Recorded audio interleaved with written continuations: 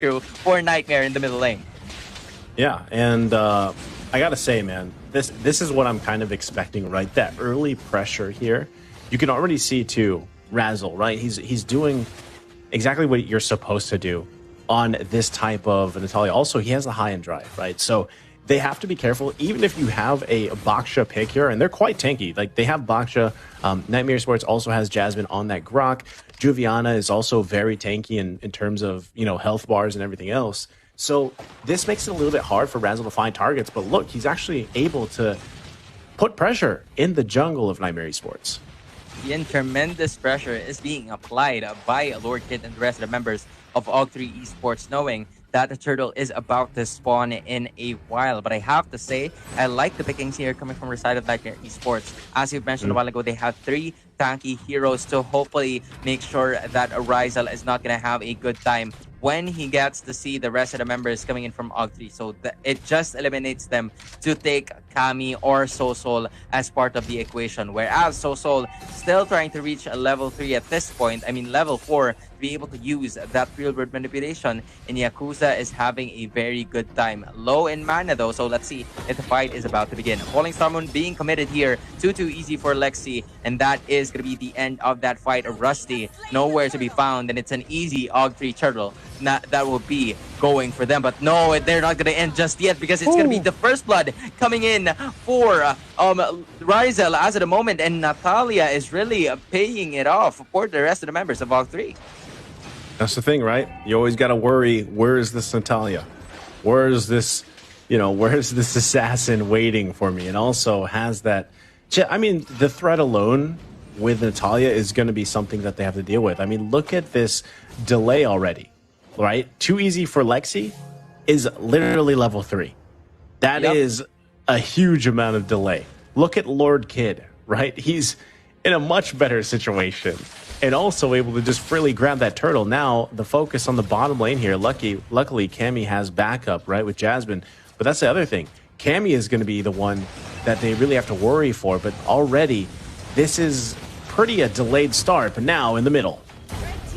That is going to be the Natalia taking another one as too easy for Lexi bites the dust for the rest of the members of AUG3. And this is basically one of the reasons why I like what AUG3 is doing in terms of the rotations. They're leaving Rusty and Sev TZ onto the sides because they do have the Avarice as the emblem. So there's not going to be much of any problem in terms of itemization and gold taking, because of the fact that they do have what it takes to itemize and get the necessary gold even without joining the team fights. And the rest of the members from AUG3 can freely roam around just because they have Rizal that can initially just put out the pressure and give out the fire to the rest of the members of Nightmare Esports. And it is gonna be very interesting as to how Sev TZ will be maximizing this Blazing Duet. First off, to be able to take the minion waves faster. This time around, he's gonna try to use the BMI, as it is gonna be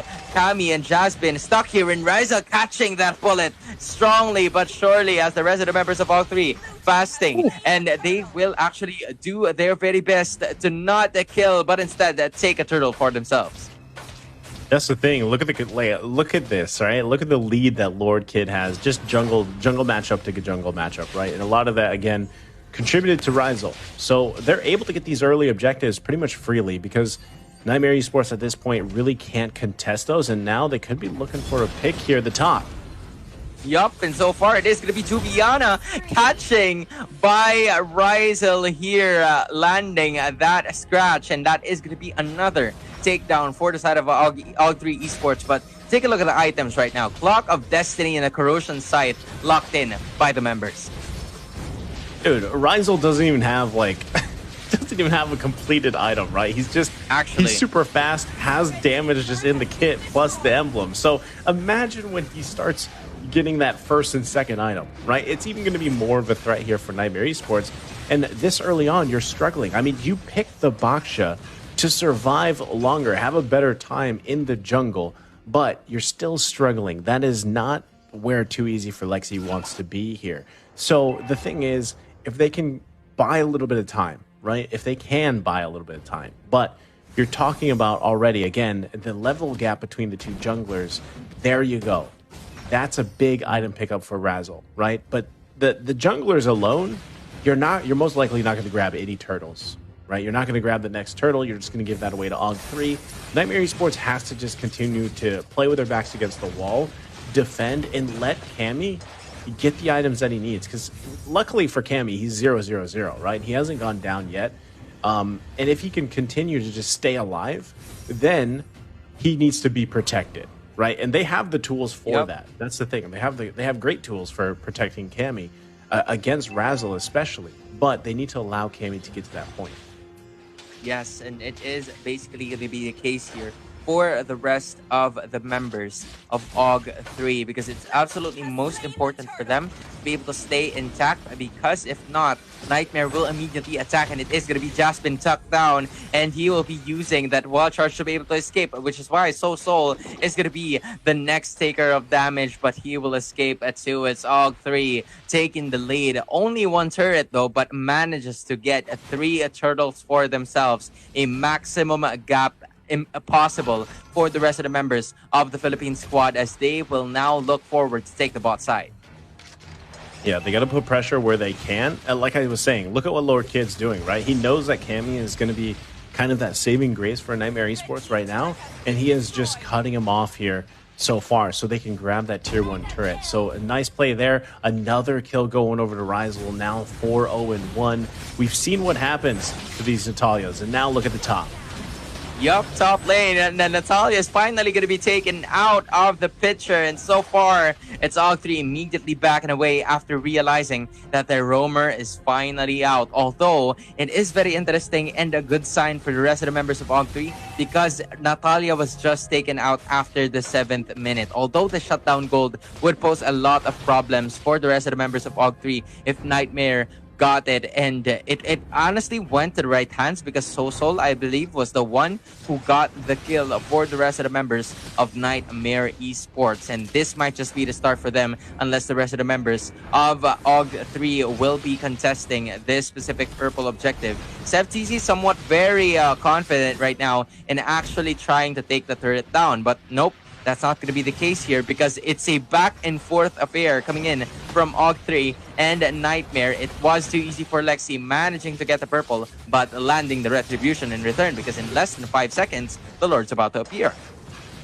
This is a tough situation for Nightmare to be in, because this is their last game of the day, right? So they definitely want to come out with a win here. And right now, Razzle alone is making that very difficult for them.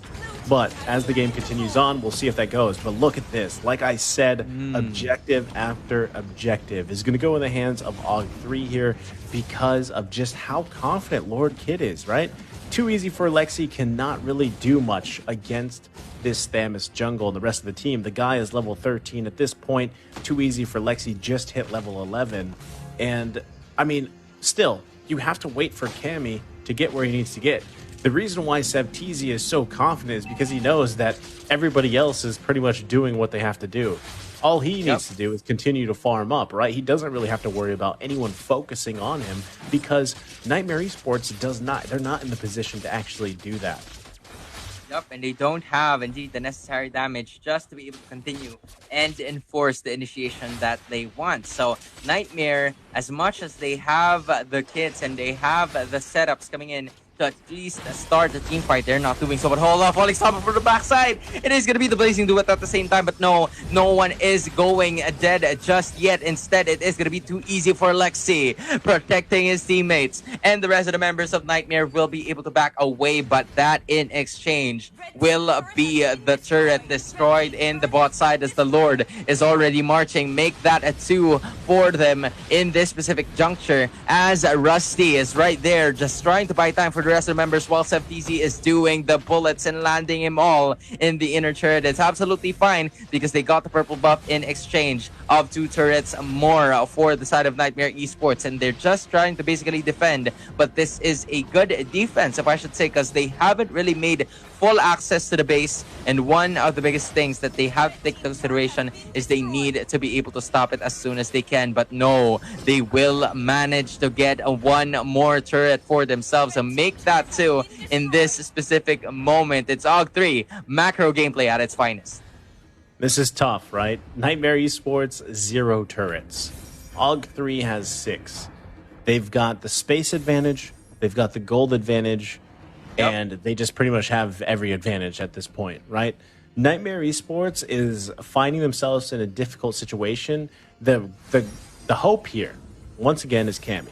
000 has not died. Also picked up the Malefic Roar not too long ago, right? So the damage is there, but Cammy just needs to be able to get to where he needs to be, right? Most of this is just him clearing the waves, farming up, continuing on. But, you know, how long can you do that? Especially with Ryzel here, right? Ryzel just continuously being a pest for Nightmare Esports.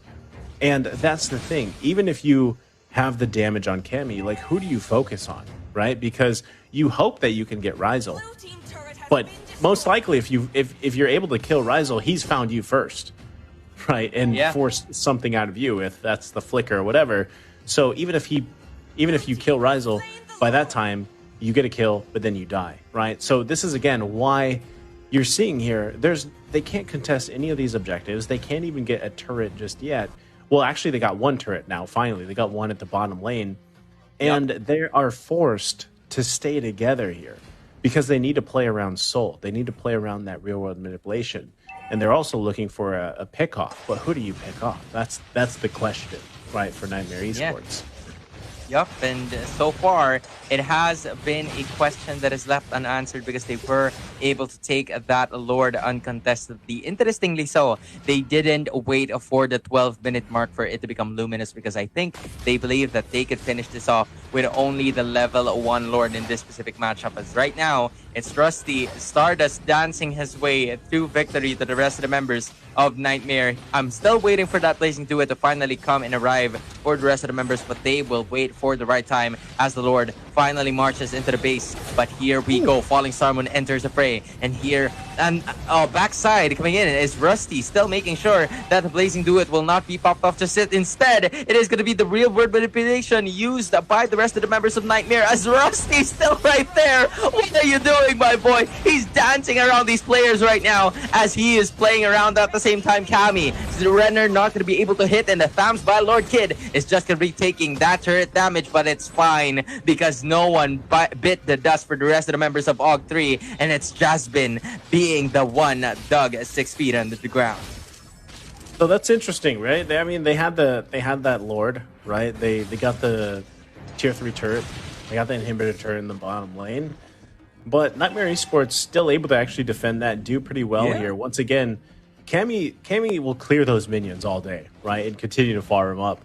So right now, that's the thing. They're going to continue doing this until that next Lord comes up in less than a minute. But at this point, like I said, you still can't really contest that. You can take a look at the items already. I mean, look at Sebteezy. The guy is built very strongly on this Claude. So yes, we questioned Claude in the beginning of the draft and everything, but if you're at this point in the game, 14 minutes in, you really, you haven't died at all. You've pretty much just been able to be in farmland all day.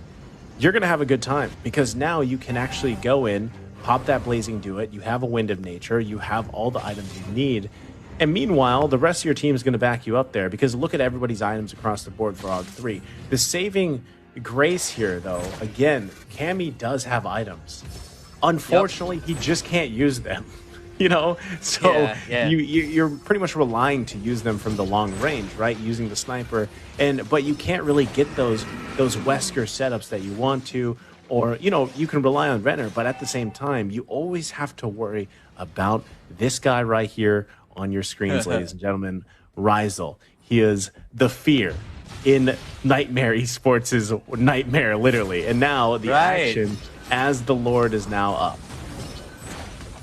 Ryzel is literally Nightmare's nightmare right now as he takes on another one right on cue and disappears at the brink of daylight. My, oh my, is he Ryzel or is he Batman or something? I don't know, but it's absolutely fine. He does the job, he delivers the goods, and right now AUG3 has managed to take one once again for themselves. Ryzen has been found out, and he might just go down here unless the rest of the members, here comes the supporting cast. Nice who is talking about Blazing Duet being used right away, and the BMI might just to be able to get out. And Seb Teasy is still actually alive with 10% of his health as 1-by-1. AUG3 is bringing down the turrets, and it's Kami, Jasmine, and Juliana. Will the trio from Nightmare Esports be able to defend this one, make that 4? And it looks like they will, because the rest of the members of AUG3 will still be waiting for that Lord. Yeah, here's the thing, right? They got to deal with the Lord. The rest of the team is up here now in the base. There's pretty much, they just got to wait, right? They're going to have to deal with Lord. Meanwhile, Too Easy for Lexi should be up in time. There you go. The initiation comes in. Oh my goodness, Falling Starman from behind, and the rest of the members of Nightmare needs to be able to back that up, so Yakuza goes down, but the lock in for AUG3. That's it. AUG3 will be getting their second point of the tournament.